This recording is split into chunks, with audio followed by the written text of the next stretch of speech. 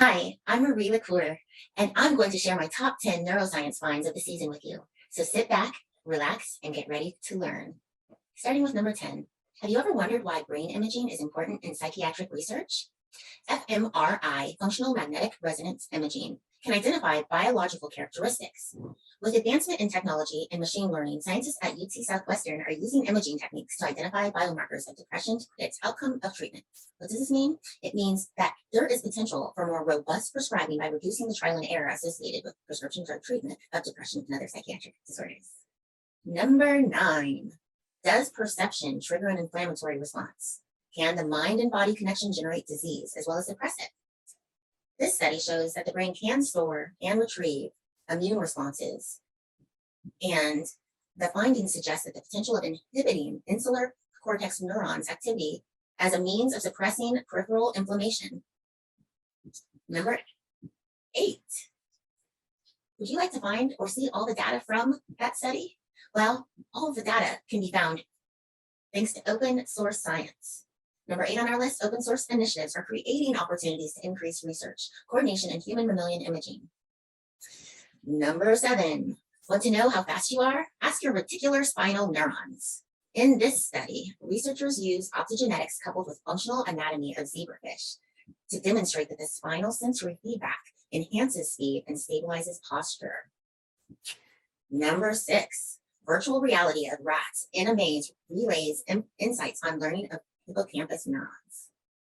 You're just going to have to read that article. Number 5, the influence of sense of smell, thanks to the olfactory system, as an indicator of warning response in association with motor neuron integrity. This study, by using electrophysiological measures from the human olfactory bulb and measures of body movement, the study indicated that early beta activity is linked to preparatory motor response in the motor cortex, which is associated with avoidance response. So the next time you smell that funky smell, it could be a warning signal for something more. Number 4, can non-environmentally stimulated music imagery be associated with neural responses reflective of music reward? The human brain will hear music voluntarily in the mind during music imagery. That is well known and well researched. In this study, the study revealed that neural signals record and transmit music sounds and melodic expectations during both listening and imagery. Further mapping research could provide a robust illustration of the relationship between listening and imagery.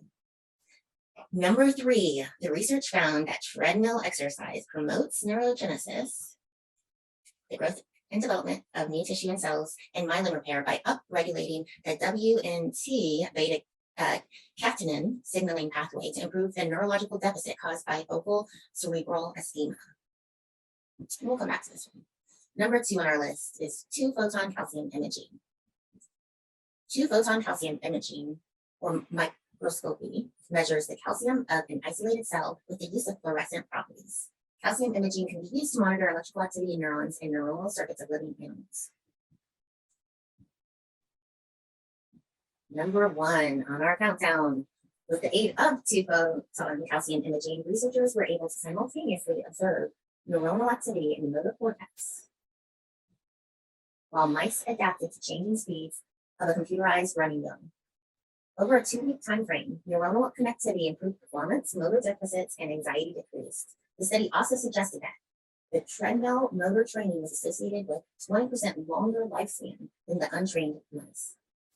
So, if you had an opportunity to live 20% longer, would you hop on that treadmill in the corner collecting dust? I think so. I love neuroscience.